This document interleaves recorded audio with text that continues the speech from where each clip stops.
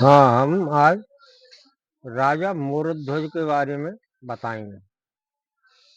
जब राजा मूर्धध्वज शिकार खेलने के लिए जाता है तो उसकी पत्नी भी कहती है कि महाराज आज तो मैं भी आपके साथ चलूंगी। नारे से बोली बानी मेरी सोने ले ओ प्राण आधार। नारी से बोली बानी मेरी सोने ले ओ प्राण आधार। अरे मुझको भी मंगवा दो स्वामी घोड़ा और तलवार, और मैं भी संग चलूंगी स्वामी खेलन आज शिकार। ओ यही मेरे माना मानी मेरी सोने ले प्राण आधार। तो राजा कहने लगा, अरे बेफिजूल बन जाने की क्यों कोशिश करती हो, और वैसे भी तुम गर्भवती सी मालूम पड़ती हो। हो माटी कोई निशानी मेरी सोने ले प्राण आधार। जब नहीं मानी रानी तो दोनों साथ में घोड़ा मंगवाया और 5 हथियार मंगवाए और दोनों प्राणी शिकार करने के लिए चल दिए। वहां पहले एक राजा को मूर्धध्वज ने हरा दिया था तो उसका राजपाट अपने कब्जे में कर लिया था और वो जंगल में रहने लगा था और सोचता था कि कभी तो अंटा में आवेगा मूर्धध्वज। तो जैसे ही वहां पहुंचे बियाबान जंगल में शिकार करते करते, तो वहां एक महात्मा और कुटिया दिखाई दी। रानी बोली, महाराज प्यास लग रही है, प्यास लग रही है और भाई मुझे पानी पिलाओ, मेरा हलक सूख रहा है। तो वो देख के कुटिया को और वहां दोनों प्राणी पहुंच गए। तो वो बोला, कपटी मुनि था वो। तो वहां ने पहचान के क्या भाई ये तो वही राजा है जिसने मुझे परास्त कर दिया था। स्त्री से जल जहरीला दानन को दिया रे पिला, जहरीला जल पिला दिया उनको। और जैसे ही जहरीला जल पिया तो दोनों बेहोश हो गए। बेहोश जब हो गए तो एक तो घोड़ा छोड़ दिया उसने और एक घोड़ी पर रानी को रख लिया और बियाबान जंगल में पहुंच गया। बियाबान जंगल में पहुंच गया तो कुछ देर बाद और रानी को उतार लिया वहां पे जंगल में। अगर राजा की मूर्छा जगी तो वहां रानी को और एक घोड़े को नहीं मिला, तो देख भार के इधर उधर वो अपने वतन को चल दिया घोड़े पर चढ़ के।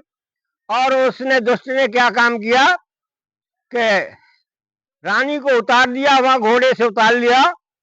तो अब जो है रानी को जो होश आने लगा तो रानी से कहा कि प्यारी यहाँ पे जो है 100 कोस तक गांवों का निशान नहीं है, अब तुम मुझसे ही शादी कर ले।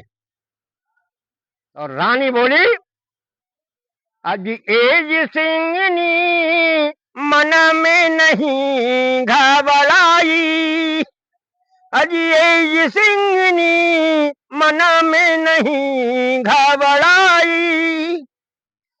तो रानी भी कटार रखती थी, उन्होंने आटी से कटार निकाल ली और जैसे ही उसने उसको छूना चाहा रानी को, तो और कटार निकाल के पापी दुराचारी का सर फौरन ही उड़ाया भाई। पापी दुराचारी का फौरन सर उड़ा दिया कटार से उसने। अब अकेली रह गई, घोड़ा को उसने मार दिया। अब बियाबान जंगल में फंस गई। अब 100 कोस तक गांवों का निशान नहीं था। अब एक पगडंडी की तरफ वो चलने लगी तो एक महात्मा मिला उसे। पहले तो उसे शंका हुई, कहूं ऐसा ही महात्मा तो ना है वो पहले जैसा ही।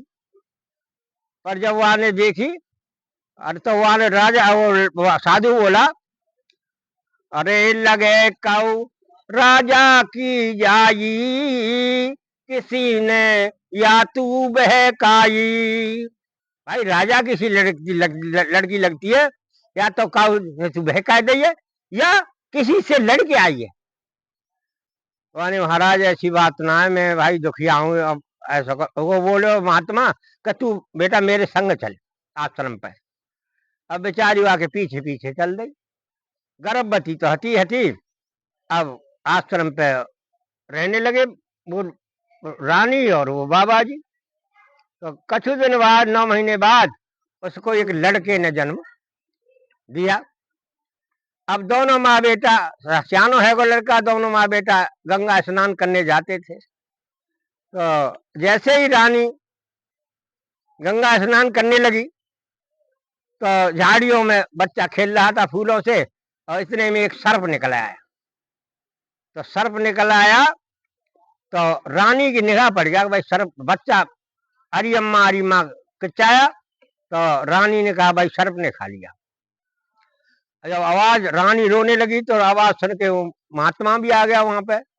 पानी बेटा आप नहीं बचेगा, ये तुम्हारा पुत्र, अब यहाँ की मट्टी है जो खराब कर रहे हो। तो वो जो है उसको प्रवाहित कर दिया गंगा जी में। गंगा जी में बहते बहते बहते बहते उसका जो है जहर उतर गया। इधर राजा मोरध्वज शिकार खेलने के लिए जा रहा था, तो बच्चा रुदन करने लगा। बच्चों ने सोचा राजा ने कि भाई कोई किसी का बच्चा है। तो उसने वहां किनारे, नदी के किनारे आके देखा तो बच्चा था। बच्चा गोद में उठा लिया। माने भाई राजा को सो लगे लड़का तो काऊ को। तो वहां के बाजू में वो बंधा हुआ था, वो एक भोजपत्र में लिखा हुआ एक वो बना हुआ था गंडा। और गंडा जब खोल के देखा राजा ने, तो फिर राजा का नाम मोरध्वज लिखा हुआ था, रानी का नाम लिखा हुआ था। तो राजा के भर गई कि भाई इसी गंगा जी के किनारे कहीं मेरी पत्नी अभी भी है। तो वह घर करके बच्चा को जब वो वहां गयो, और वहां आश्रम में रानी मिली, जब उसे अपने घर लाया। ठीक है।